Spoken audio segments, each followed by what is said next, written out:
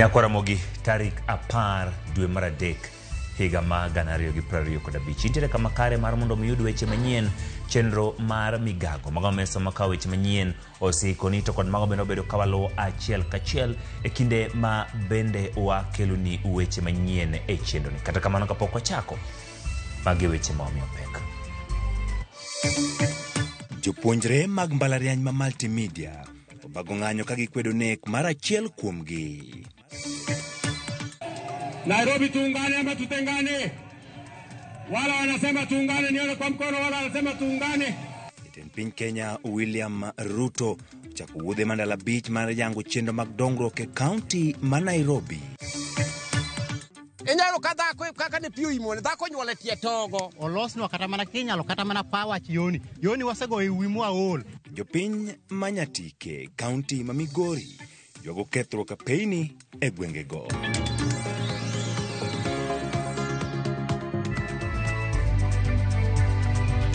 Nyakwamogi nena ka intere kanye thulen mari mar mondo migo koda mbaka ka imiya pachi weche mopogore opogore obedo kwa keloni kaendi namba en 23600 achiel kachiel e YouTube, Facebook kaachiel kod X mar Ramogi TV bende achiel kachiel e Citizen Digital ka en ng'atno mantiere kod simbo ong'we yamo iyudo mayot kendo makare ka iluwo weche ma wakeloni mabedi kode chakruok nyaka giko. Nyinga en Ochieng' Emmanuel. Mokum jotelo mag ODM mawuok e kaunti ma Kwale dwaro mondo moko kuom singo mane oketi manifesto mar ODM e kinde yiero mar higa ma 2022 keti e tim kaluwore kod winjruok ma obedo e kind jatend piny Kenya William Ruto kod migosi Raila Amolo Odinga. Kotelni kod maneja od bura ma kaunti ma Kwale Zuleiha Hassan giwacho ni en kinde makare mar miyo anyuola mok nyal shillings 6,000 dwe ka dwe kaka ne ODM chano timo poni ne Odinga ne okawo loch. Bende dwaro ni lipode duto mag mibadhi mondo lu kendo jogo duto matido kod mibadhi kaonegi ondamo mag chik.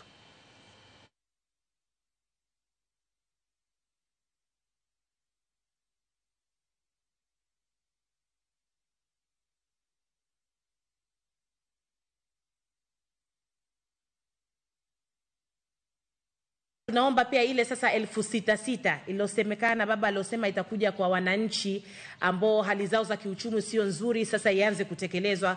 Tuanze kuona ile 6,000 kila mwezi ikija kwa familia ambazo hawajiwezi.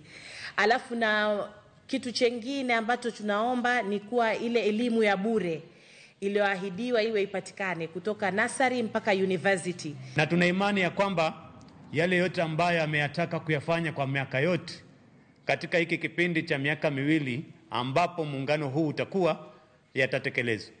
Tunashukuru, ni hatua moja. Sasa Kenya ni iendelee, vijana tupate ajira, vijana tushughulishwe kwa miradi tofauti, hata huku nyanjani kukija miradi pia sisi venye ODM sahihi inashirikiana na serikali nafikiri tutapata nafasi. Jatend piny Kenya William Ruto chakulimbe maandalo abich e kaunti ma Nairobi. Odiochieng' ma kawuono limo kar chung'od bura ma Kamukunji kama yawa yanga ka tiegruok ma Kamukunji. Jatend piny osingo omenda maromo shillings milion 50 mar yawo ka tiegruokno okang' mowacho ni biro medo bero chenro mage kod somo ne rowere. Limbe ma William Ruto biro tok ndalo adek nyaka nobed gi winjruok matiyo kanyakla gi jatend duond bura mar ODM Raila Amolo Odinga. Nairobi hii imeteseka sana na maji taka ile inaitwa sewage. Sewage inaingia kwa manyumba ya watu, sewage inaingia kwa maduka ya watu, sewage inaleta harufu mbaya. Nairobi River iko na sewage, na mimi nataka niwahakikishie ndani ya miaka miwili tutabadilisha hii Nairobi River iwe ni mahali ambapo nyinyi mnaweza kuwa na recreation, na mbali na kusafisha mto wa Nairobi pia tutahakikisha ya kwamba tunajenga nyumba zingine 50,000 ya watu wa Nairobi ya social housing. Kamukunji hoye! Kamukunji hoye! Vile vile mimi niko hapa na viongozi wengi.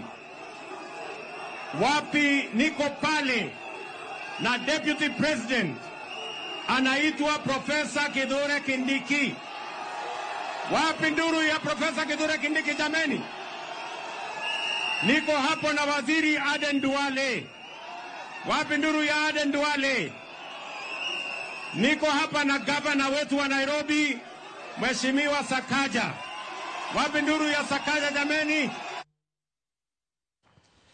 En manalweny kawadhi nyime rakruok obedo apaya mama gadi kinde ma jopuonjre mag mbalariany ma multimedia ne rakore gi obila kinde mane ging'anyo. Apisa mag obila no owito iro malungo wang' mar keyo jopuonjrego mane olokore kendo bayo obila gi kite. Rakruok makama biro ndalo achiel tok jopuonjre mantiere hike mar 2 tho e yo magalagala odiechieng' manyoro. Jopuonjrego koro dwaro ni tim nonro e wi tho mar Lamek Mwangi.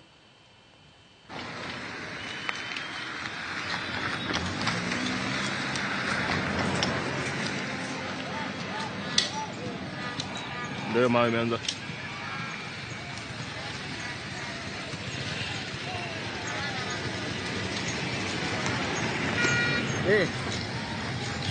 Sasa toto hapa huyo Lamek tutapata nani details zake? Na family ama Lamek tu janaliwao. Kwa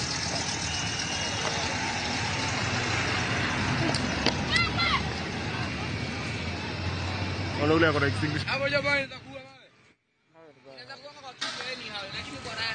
Josiasa masiro jalup jatend piny machon Rigathi Gachagua dhi nyime gi kwedo piny owacho kuom tiyo gi pogruok mar siasa manitiere kindgi e thuologi oko e tend komiti mopogore opogore mag od bura. Gino magiwacho ni nyiso akwede gise od bura mamalo kaachiel gi mar Senate kuom rem luwo chik mar winjogi kapok othulgi oko mag tend komitigo. Gikoni okang' makama en mana yo mageto thiro jogo masiro Gachagua. Gimako chung' ni gibiro dhi nyime gi siro Gachagua yango adiera e piny owacho ka kwedo osiep manyien kind jatend piny Kenya William Ruto kod gai mar ODM Raila Amolo Odinga ka giwacho ni riwruok margi onge ber mora mora ne oganda jo Kenya. Hizi vitu ambazo tunafanya kupitia kifua, kupitia kuvuruga, because you are just able to get numbers, you want to get the deputy president out, you want to get his allies out of office. Hatuko tunalazimisha kukaa kwa hizo kamati. Lakini kati ya demands tutoweni kisheria. Niandikie barua, accord me a hearing, understanding what that's passed. Na mimi sikuwa na shida. Hiyo kamati ilikuwa imenichokesha sana. Mimi nilikuwa kwa kamati kubwa kulingana na utaalamu wangu. Sasa nimepelekwa zile kamati za kupika na mambo kama hiyo. Sasa wametufuata, wanataka kumaliza ligi G, alafu sasa wamalize jeshi yake. Rais Ruto anakuambia sisi hatuko na wewe. Kama Kajiado umetuambia utatupatia Amboseli. Amboseli bado tunangoja 2 years now down the line. Uongo bado tunahesabu. Ndio hii Kitengela umesema utaweka siwa na maji within 2 years. Bado tunangojea. William Ruto has no moral authority to talk about the unity of Kenyans. He has broken his own house. He has chased away his political wife, that is Rigathi. Na watoto wake sisi. Huwezi kutupa bibi na watoto halafu unaenda kusema kwamba unaunganisha nani nyumba ya jirani. Kweth jodolo mawuok e kanise mopogore opogore kaunti ma Kajiado ose oganda jo Kenya mang'ure wi sadaka ma milion 20 ma jatend piny William Ruto nochiwe kanisa mar Jesus Winners Ministry ma yudore Roysambu. Jodolo koni onge rach ne kanisa kao sadaka ma jatelo ogolo gi chunye. Tukisema tusimame hata kama ni president anasimama. Tukisema tuketi ni wakati wa kukaa hata kama ni president anaketi. Kwa sababu gani? Ni heshima. Na kwa hivyo ikisemekana ni wakati wa sadaka, wanatoa pia kulingana na vile kila mtu anatoa. Nikiwapeleka nyuma kidogo, rais wa kwanza Jomo Kenyatta alijenga kanisa la AIPCA. Alikuwa ni mtu wa kanisa. Rais wa pili ni mtu wa AIC. Alijenga kanisa la AIC. Zingine hata sio milioni 20 ametoa. Hapana. Amejenga kanisa yeye mwenyewe ya mamilioni. Ushauri wangu kwa vijana wetu wa Gen Z ni kwamba hata wanapozingatia kufuata haki yao, hakuna mtu ambaye anawanyima kufuata haki yao. Lakini ni vyema vijana wetu mnavyofuata haki yenu, msingatie katiba ya hinji na sheria ya hinji. Mfuate haki yenu kwa njia iliyo sawa na njia iliyokubalika. Watoto wetu na wamama, tunaomba tuongeleshe watoto wetu, tuongeleshe wale wako kinyume na mapenzi ya Mungu, ili tusije tukapata ghadhabu. Na tunaomba watoto wetu sadaka ziletwe ili kanisani, na wale wanayeabudu miungu mingine hatujawauliza. Usiku na mchana wanatembea na tunawajua, lakini inapokuja kwa Mungu inakuja wazi. Ile ya giza haisemwi, lakini hii ya Mungu, wacheni tutangaze Mungu, na kuna upendo ndani ya Mungu. Wadhi Migori jodaka egwenge mamodi sub-county manyatike yogorach marapaya egwenge go kagidwaro mondo piny owacho mamalo kod mar county okonygie kongo apayago giluwo ni kethruok mar apeyni rocho chenro mage mag ohala kod weche wuoth kendo mathiro dongruok e sub-county manyatike. George Juma nigilero.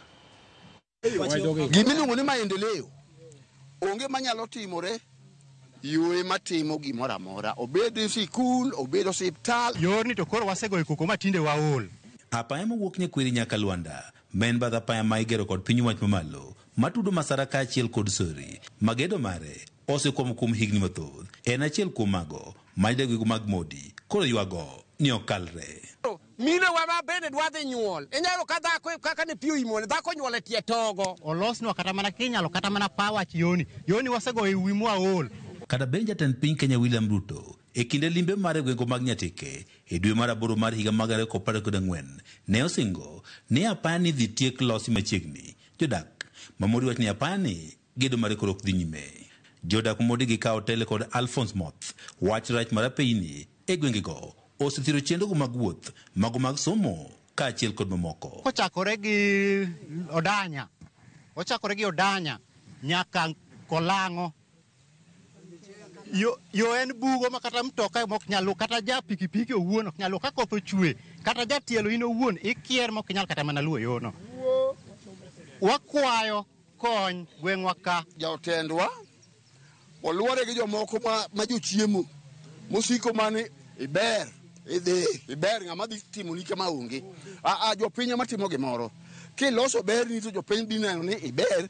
Giwach ni kata yorego mag yudo thieth bende ok osebedo mayot nikech giyudo pek e chwalo jotuo osiptende nikech rach mar apaya. Wan ka gikwere gide kwara ni kata kaka udwa dhi chamo misara, adier misachi ogik ok onyal dhi nikech ndara, to wan gi jotelo.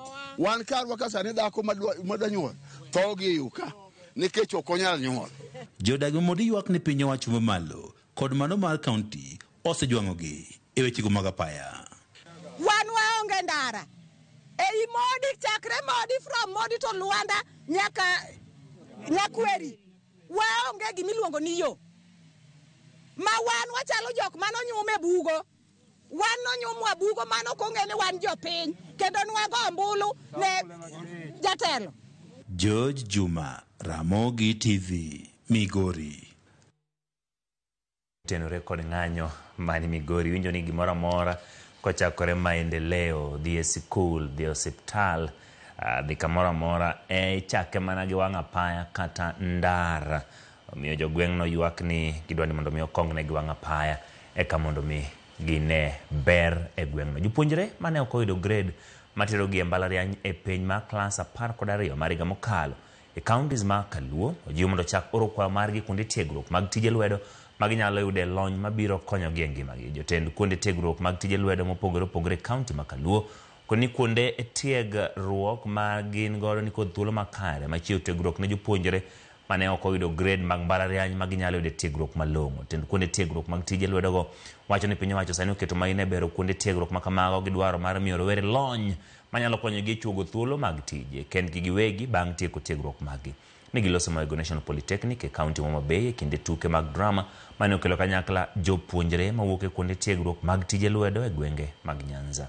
Who are at home and they are not engaged in any employment, they are not in education, we want them here. We have the facilities and we are training very well. We have state-of-the-art equipment. We have this other extracurricular activity like drama. Waketo a lot of effort mondo gin bende other than bedo nini welder, in just steamer, in ja automotive. Kapok iyudo mar automotive no kata bang'e kisetiyo kech joma sani ower wachno ni side hustle. Koro ewa kwayo nyithindo mano timo form 4 giduto te giyud thuolo kaka gibiro. Wakwayo the chiefs, wakwayo the councillors ni mondo gichok nyithindo, ka gisechoko nyithindo kuonde ma gintie, wabiro biro mondo wamigi admission kuondego. Creative arts in general are very, very important. So those who have developed these creative talents can look for ways of monetizing them and making a living out of their talents. Wabumio jowelo mang'eny biro Nyanza. Namba 2 wayudo gimoro medro fuku. Tiji medo gimoro kaachiel gi michni mar wer gi thum gi timo timbe mag miyo ji nyiero be miyo i pesa fuku. Wang'eni nyathi man ndalo moko e secondary iluongo no Tonglo no nyingo dhi malainya nikech ni talanta. Lakteche kaunti ma Nairobi ong'anyo ka giywago deko mar osara margi kod rem medo gi ngas mag tije. Lakteche gi otimo romo kod jofwambo e kinde machuok ka giikore chako ng'anyo margi e wi ywak magin. Wawinjane mane giwacho kapok ne gichako ng'anyo.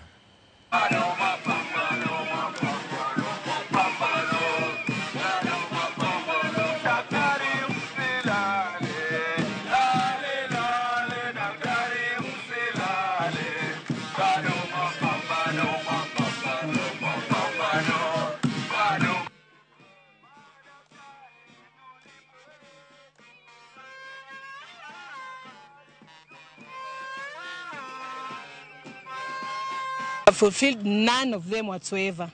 So today we are here because we want to put pressure to the county so that they can fulfill their promises. Yes. Some of the things which they actually told us, which the county is doing illegally, they're dismissing doctors illegally. Imagine waking up and getting a dismissal letter without any protocols followed, without even a show cause letter, without even any warning letter. And then we have issues of promotions. Doctors are meant to be promoted since 2023. There was a budget for the same. Unfortunately, that has not happened, and we are in 2025. We are being told to wait for the next financial year, which is 2026-2027. How are we meant to survive?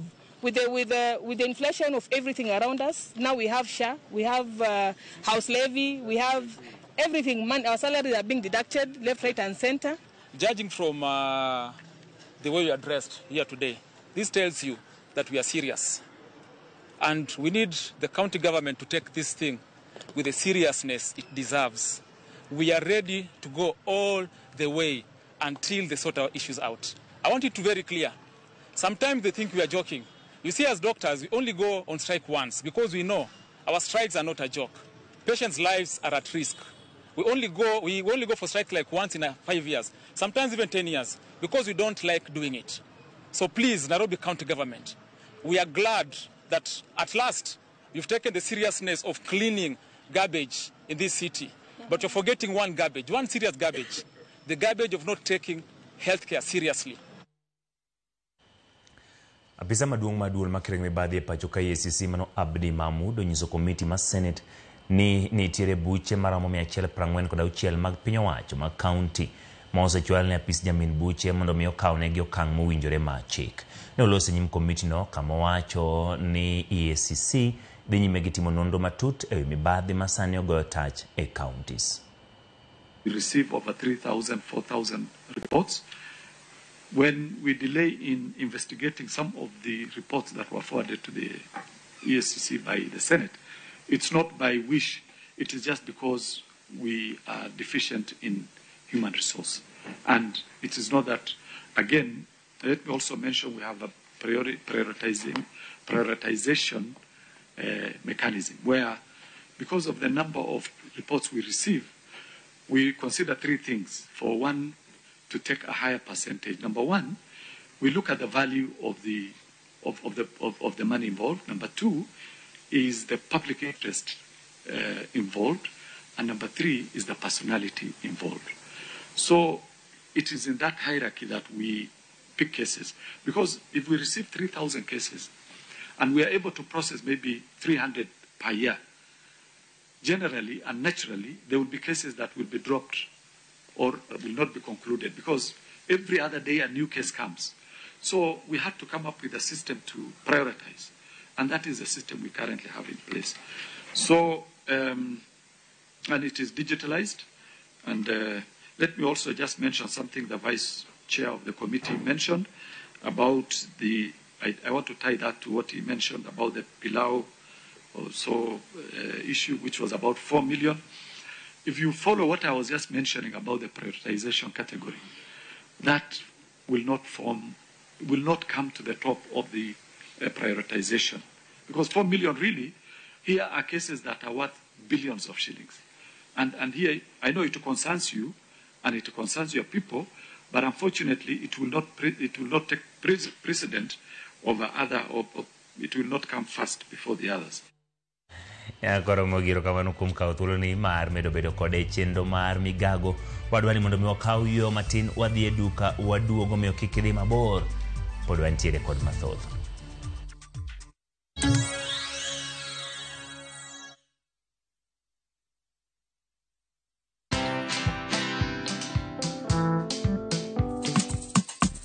Today we're being flagged off and starting our 5-month journey. Around Africa. Yay! Hi. The dream they have to educate 50 for life inawezekana. We're doing this to support education of needy students through the Logos Endowment Fund. We invite you to follow us on all our socials around Africa on motorcycle. Watch this story and more. Download the Citizen Digital app or visit www.citizendigital.com and find the Citizen Originals portal. Kenya's #1 app, Citizen Digital.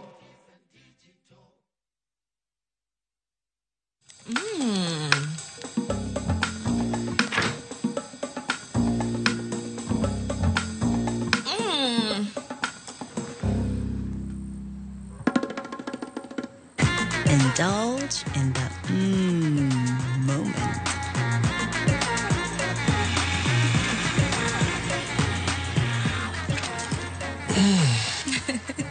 With every spoonful of Delamere real fruit yogurt.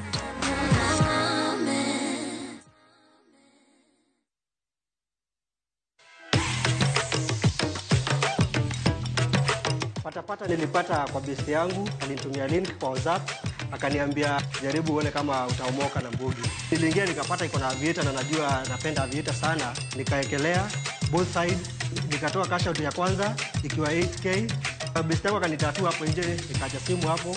Kurudi ndio nilipata hii nyingine imeenda sana. Cash out nilikuwa napata 685. Nilikuwa na watu wengi kwa shule, nitawalipia fees, alafu hiyo maneno mengine nitafanya tu kidogo kidogo. Not for persons under the age of 18. Authorized and regulated by BCLB license number 447.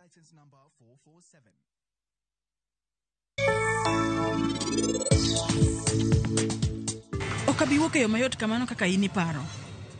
Onge gimora mora mana dhi wuok ge odni. To nikech ne mketho na gimora mora machano, ibiro chulo kuom gimora mora maber kawuono. Ana biro wacho ne jite gimora mora mane timne Dolly Mamsi. Ana dwaro miyo Devika hera mang'eny ahinya mane pok oneno ga e piny ka. No kang'eyo ni en ubiro kae mondo nokwalo. Waya karango marach. Sana kikuwa prince nitie semanya kumora mora toka nene. Bende ni sera ngari malo. Indulge in the moment. Every spoonful of Delamere real fruit yogurt.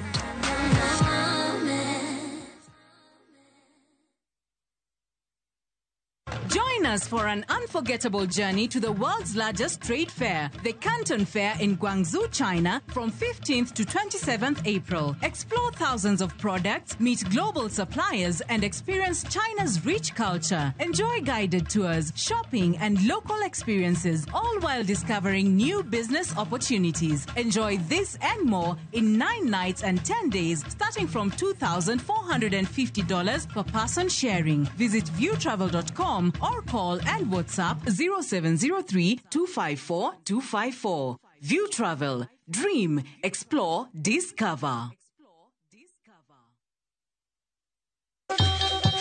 Ang'o mosetimore ne joma ne ochweyo Ugandawa? Adhi primary Kangonditi Primary School. Gin kanye sani? Amobilize kalerte ne wago poro to gibiro wasombo kidi to watero kacha jite e secondary kacha. Waromo gi jodgi to wafwenyo sigandgi magimopondo. Siasa ka ng'amo ywaye maduong' kata e siasa en Daniel Arap Moi. Ng'e ranyisi mabeyo mane giweyo. Ne japiny opogore kata ng'ama ne nie duond loch ne neno ni kopo ni Kenyatta dhi Tom okawie thuolo ni mondo tanwa pinyni kaluwore gi mwaseneno kuome. Ang'o ma gitimo sani? To kata kamano, be pod gin kodwa? Nakedo ne wach sukari ma jobunge jonjo kod Biwott nochaka ne bwana sukari. Gin kanye kod Walter Nyambaga, tich ang'wen saa 3 otieno mana e Ramogi TV.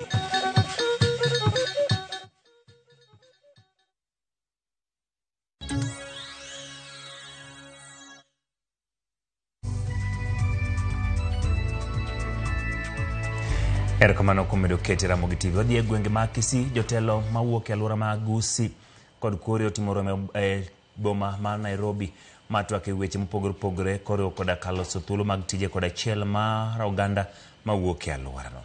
Jatend migawo mar somo Julius Ogamba kod jotelo mamoko ka moting'o jaleg kweth mathoth od bura Silvanus Osoro wacho ni wach lweny ma dhi nyime e tong' mar Kisii kod Transmara bende gigoe mbaka. A threat in our boundaries, geographical jurisdiction, as I've said, between the Gusii and Transmara. The leadership of this forum has discussed intensively on ways we can be able to curb that. You will realize that some of the leaders are not here because we decided to share responsibilities. The governors are not here because they are handling that matter between the Transmara and Kisii. The Kisii governor, the Nyamira governor, the Narok governor are currently holding a meeting with the people within the border region, in Nyamaiya, in Mosocho, in South Mogrango, in Kenyenya, in Bomachoge, Borabu. And then the leadership of this other part are also discussing, and after, of course, here we are going to meet with the Minister for Interior as they quell the calm, they seek to cool the tension within the borders. We're also seeking for better ways to perhaps seek a restitution on the affected families, because some of our subjects have passed on, others are in hospitals. So we want to implore on government, and that is why this meeting is very vital, to perhaps seek for restitution structures. Could be paying the hospital bills, paying for burial expenses, and even settling some damages as far as the sugarcane plantation that was set ablaze is concerned. Piny owacho lando chenro mar gero kuonde chwalo chenro mag piny owacho midendo ni Huduma Centers maromo 200 pacho kaka yo mar konyo jopiny yudo chenro go mayot. Kolose kinde yawo ka tiegruok mar Kenya Institute of Supplies Management Huduma Center ma Machakos, jagoro mong'ere migawo mar tije piny owacho Amos Gathecha wacho ni chenrono biro neno ni kuonde chung' od bura duto ma pacho ka od Huduma Center ewi 58 mantiere gie sani. Loro ni jumani Huduma Center manyien biro yawo Kaloleni, Ganze, Malindi, Maua kod Ikolomani ka kuonde mamoko oting'o Turkana, Sotik e kind mamoko.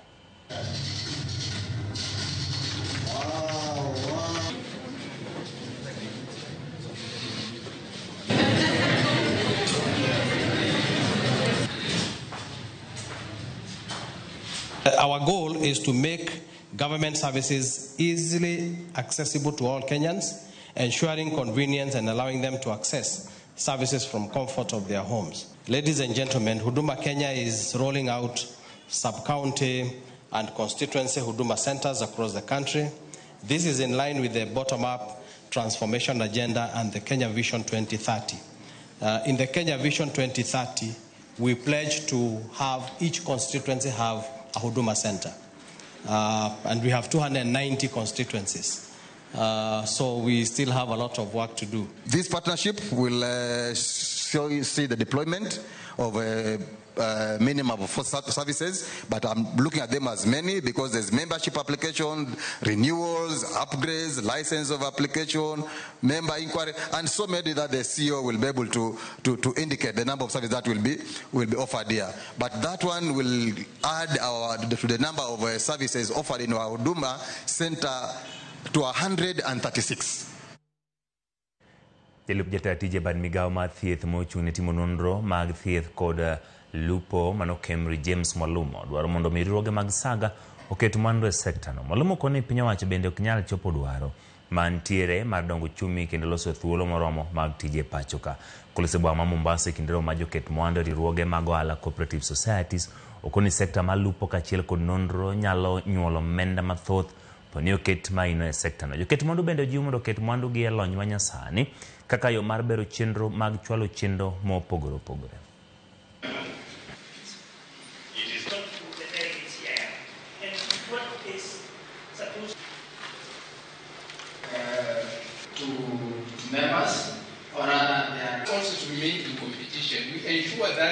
Na tunatarajia strategic plan ambayo wameweza kulaunch leo itaweza kuwapeleka mbele kwa miaka 5 ambayo inakuja. Ukiangalia Kenya kwa ujumla kuna hawa young generations tunaita ma Gen Z, saa zingine hawa wanataka services kwa rahisi na wezi wapata kwamba wameenda kutunga line hapo kwenye benki. Kwa hivyo hiyo strategic plan ambayo imefanywa kama imefanya SWOT analysis na imeweka haya mambo ya ambayo itaweza kufanya services as a products ziwe diversified. Mambo yenye atafanya hayo yote tuyatimize na pia yako katika strategic plan is to make sure that we have infrastructure and innovation in place.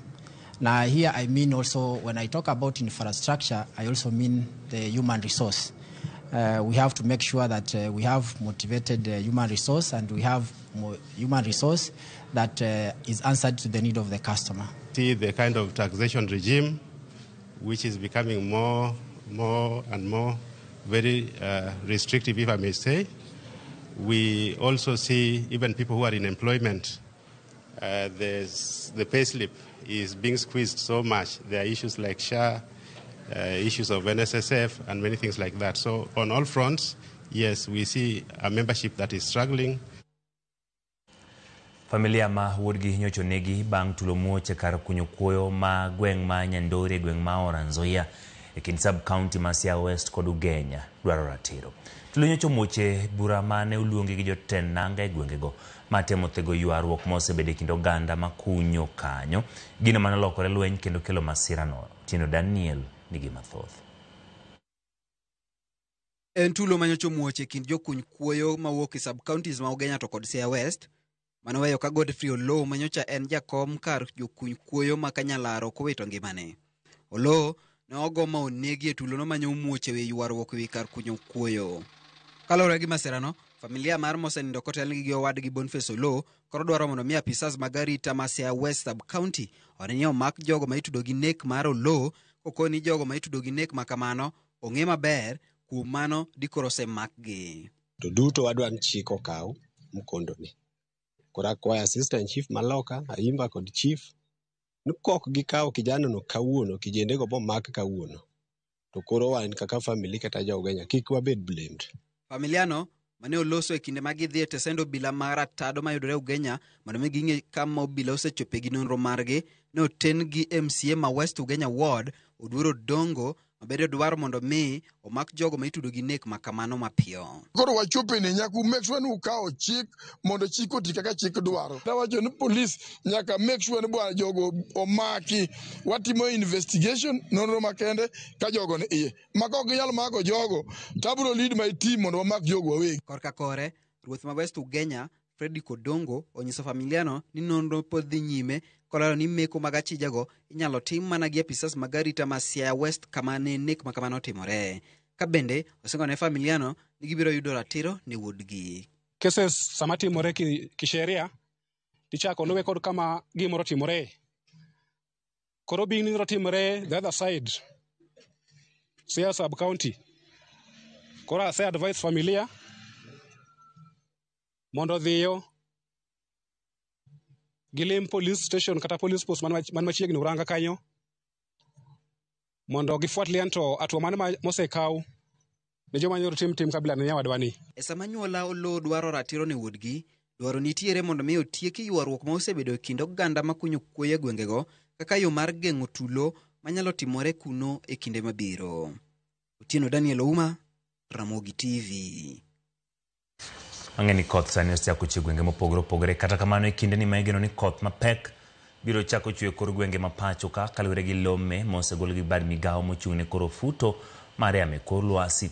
Jopiny e gweng' ma Simbi Kogembe kar chungo bura ma Karachuonyo Moula osebedo ka daro e miechgi koro chako tang' chon ka gimanyo yore mag geng'o ula. Kaka Ali Abich lero, jopiny go wacho ni dar e miere ologi higa ka higa. Ywak margi ni piny owacho mondo tiek midhiero mar ulano mabende pok onyago lemo. Gwenge mag Simbi Kogembe ka chudubura makarachuonyo en achiel kuom kuonde ma jopiny osebiro koula dare miere gi higa ka higa e kinde ma koth chwe mang'eny e pacho ka, kendo familia buora osebiro ka jot e osiptal ma Simbi bang' ka pi mapong' kendo muomore osedarogi e mieregi. Sani jopiny e kor gwenge ma kono ni kod luoro ni kodh chwere nyalo biro darogi kende miere kaka osebiro ka timonegi higa ka higa, gino ma koro miyo gitang' chon kendo chako chenro mar yawo wang' oula ma pi oula nyalo luwo kadhi e nam Lolwe mondo bi oduok chien midhiero mikelo kod pi mapong' kendo muomore. Sani higni 5 ka pi chando wachanda kendo kawuono waneno matek nikech seche ma pi obiro kamano onge ber ma wan godo.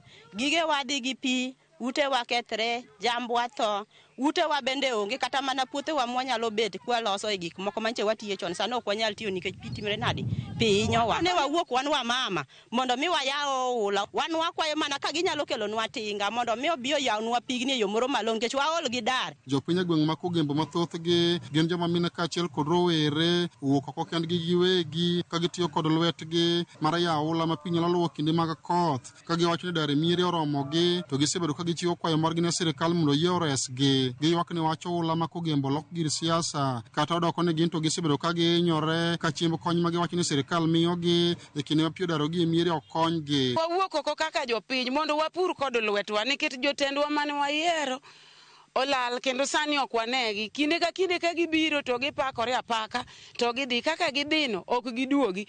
Sama gibiro to gikelonwa cham mana gorogoro achiel, gorogoro ariyo. Josiasa mosebiro ka biro kampen ni dhi yawo wang' pi mondo mi wayud kaka wanyalo puro puothewa, wanyalo yudo chiemo, to ka gisetieko kampen momigi kura gidhi kendo ok giduogi. Mae momiyo wawuok oko nimar ok waikore mar kiny Kogembo go koko ni mondo kony. To Kogembo wa kae mane golo chiemo, golo nduma, golo niang', golo alode, nyaka bel mane kayo madong' e puodho. To sani koro gionge. Jopiny giwacho ni kata mana puothegi ok ginyal puro e yo malong'o kaluwore kod midhiero mar oula higa ka higa alworano, ka gioro kwayo ne sirikal mamalo kaachiel kod mar kaunti mondo yie oresgi kaluwore kod midhiero mar oula mosebedo ka darogi. Kuyie to ywak ma jowa ywakno kuwinjo to kelwauru tinga mondo oyawnwa pi mondo pi odhi nam mondo wane kaka jowa nyalo chiemo. Rito jakech tek, koro wang'ne kata kunyalo duogo tuduogie kubro kwa wakore ka nitie gimotimonwa nikech gin jopur puothe mane ginyalo puro pi noketho kendo kuonde go tindi lupe alupa. Chandruok maduong' ma pod gidongo en mar aora mar River Kibwon nikech River Kibwon en oduong' kendo otut ma jopiny ok nyal dhi nyumore iye kono ka gigolo lo iye kono mondo gidin kuonde ma aora barogo koponi koth obedo mang'eny. Omiyo ne gikwayo koponi ginyalo yudo support mar tinga kata konyruok mar tingano. Alia Beach, Ramogi TV, Homa Bay. En sa mondo mi wang'iyane kaka itwa inyalo gidore kata ka wanyalo nyiero nikech Walter Nyambago osiepo machiegni chenro mar Masako It orangono jogo mosebedo johera mag Raila Odinga matuklu kendo sani gimedo chiwo pachgi e winjruok manyocha obedo e kind jatelono kod jatend piny Kenya William Ruto. George Bodo ne owinj humbe motelo ne yiero kendo kata bang' yiero sani giwacho ang'o?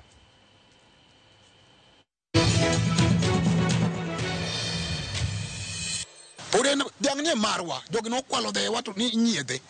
Koro wanyiedho wajuko gi adila to ne wayudo ka gisemadho. Koro chiewo cha ema wanyiedho kod kanya rodhi duono cha ibiro ma winjo ka wadonjo Kanaan. George Bodo. Yes. George Bodo.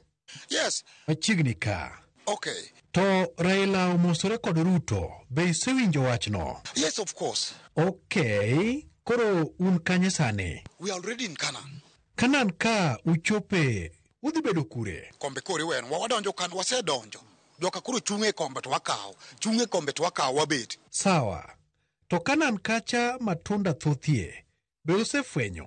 Koro wadwa ni wachak chamo matunda. Olembe mage? Kiko bida Kanaan, wadwa ni mundu terwa kama olemo nitie, sandra nitie, wakaw. Kama ni maembe nitie, wachamo. Jaduong' Bodo, to chak maradila be yudore? Chak bi wadwa ni ng'iswa kama chak nitie gi mor kich. Wadwa ni wachak chamo gigi. To mor kich Gimor kich wadwan wachak chamo gigi olembe mabeyo beyo gik mabeyo mani Kanani wadwan wachak chamo gi kik bida kamano wawacho gi dhok to gitimre to ne jotendwa ne uru kaka wasekedo gi party to awinjo ni Ruto kod Raila ema pogo gi keni mag sirikal to kik ubed nane Raila Odinga kende koro idwaro nang'o jaduong' wadwaro Uganda wa mag Luo sana Uganda wa mag leaders bagwa mag Luo miwa uru matunda kata ko winjo ni nyithindo moko nyithi Luo moko olembe ko wuok to upononwa wati olembego to jok ma wach ni chal ka gima ochwanyo inyalo chuto ne gi paro mane an gima nyalo wacho en ni jogo gibeda kaka ginno to nikech nyocha gimor ka gichikore aya bodo ang'eni nyocha iluwo wuodh Raila Odinga piny Ethiopia koduogo jakom nowuotho nade kanyo oa Ethiopia jakom donjo ni tap to ker matiyo sani William Ruto oringo romone ma jakom e wang' rangach ka jakom pok odonjo kata oketo bag ne piny to romne mana gi rangach tae to ter jakom e abila ikoni kapok jakom oketo bag to ang'o motimore ka jakom pok odonjo kata oketo bag ne piny to romne mana gi rangach tae to ter jakom e abila Okay, to Uhuru Kenyatta to? Uhuru bende. Ker machon odhi romo mag Raila kocha Kilifi. Awinjo ni sani imanya molo. Aya to dalup ker manyo golo koni. Bende giso Raila ni en ga uchiel mochiek. To Raila ong'e ni ga boro. Ka gimedo ni uchiel to gichake kwanyo Raila ni mbele. Mano nyiso ni ilarwa, amul ilaro. Mago ema sako it kod Walter Nyamanga. Aol gi Walter Nyambaga gi George Bodo an bende kuma ji chako chame tong chuny kuma ji dhi madhe chak mopuo golema winjo ni machungo pongkuno an be George Bodo kiyudo yo kuma ichame mago tisiem na nyakwara mga joang kik dhi mabor nikech ka waduogo to wadwa ng'iane kapo ni tim ma Manchester United Arsenal nyoto nye lwetgi kata oyo.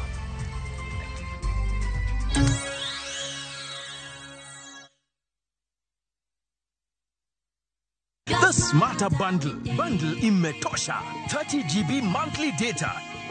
400 minutes talk time to any network. 100% rudishiwa on Airtel Money transactions, bank to wallet, pay bills, and agent withdrawals.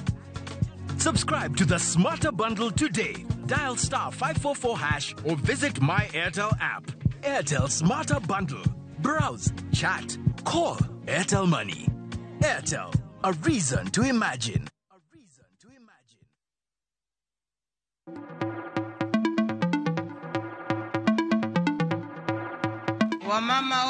Women are the pillars of society, breaking barriers in the workplace and their communities. This March, as we celebrate International Women's Day, Viusasa honors and applauds the incredible women in media and entertainment. Their work enlightens, inspires, and adds meaning to our lives. People of influence. Happy International Women's Day from Viusasa.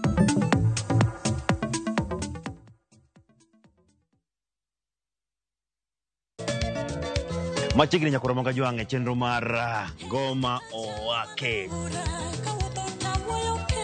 Wok ticha kelo ni mix bokwe. Kaito tichario. Reggae Owake, yani tunaongea na Majar Rastafara. Lafu ticha dek nyakoro mga joang akelo ni mana yani ngeni bakagiwa sani. Ticha Ngwena is kama nene, yani kitambo zama za kale. Alafu Friday, si unajua tu Friday tutafanya namna hii. Nyakora mga joang Friday supu zo wake. Sapara kidaka paga big nyaka sapaga rio kod an PDG Papa Vic, yani ukipenda mzee kijana.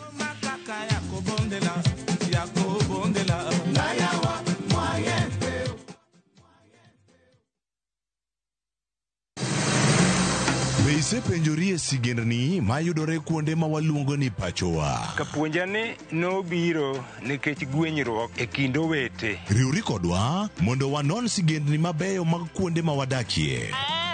Nera nitie. Ninyuoko Orango kacha niluongo ni kilap joko wili. Kochakore bombe madongo nyaka e gwenge ma iye. Otusenge en piny joimbo mar oganda iluongo ni wasenge. Ng'e gigo mamiyo oganda ka oganda bedo mopogore. Nueng'o ma wan godo ka en mar kunyo goldi. Urudi. En kama ji duoge ji ok lal. Ng'e weche mane osekalo. Chon chande lweny nitie kor gweng'. Rwako sigendni mag kuonde ma wadakie. Iwacho ni kibedo piny e kom, kineno ng'ama lwete fuare kama mano nyiso ni jakano mulo ka pigo sechope bwo mesa. Ng'e gwengewa chieng' tich ariyo saa 3 otieno mana e Ramogi TV.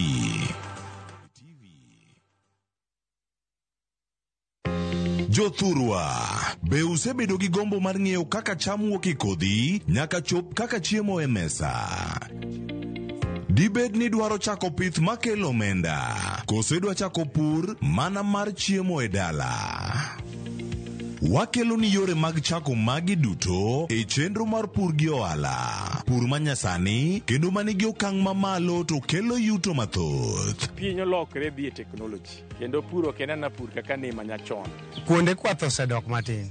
Tinyalo bet gi dhiang' achiel mar grade, tikete ot, tiomone chiemo to ochiemo. Pur mchele ber kendo nyalo teri mabor. Ngimani be nyalo lokore gi higa 2 kende kitiye e yo morere. Pur gi ohala kelo ni jopur kendo joma olony e weche pur. Chieng' tich adek saa 1:45 otieno, kik bai.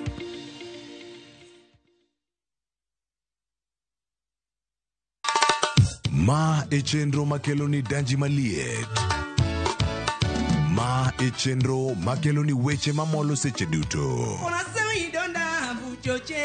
We are only beating job. Kik od belo bai. Kawuono an kod moral mar ndakel belo kaka winjore. Ma e chenro makelo ni duond yawuoto nagi. To wakwayo rowere bende kiyudo matin kik icham te. Ikungo. Duond mine. Ka jaodi miyo nigi pesa malo dichuo. Support. Kod ohala. Gimotimo as a fashion house, we measure in both ladies gi chuo. Mane mbak ndalo chakre wuok tich nyaka tich abich saa 8 odiochieng'. Mane Ramogi TV.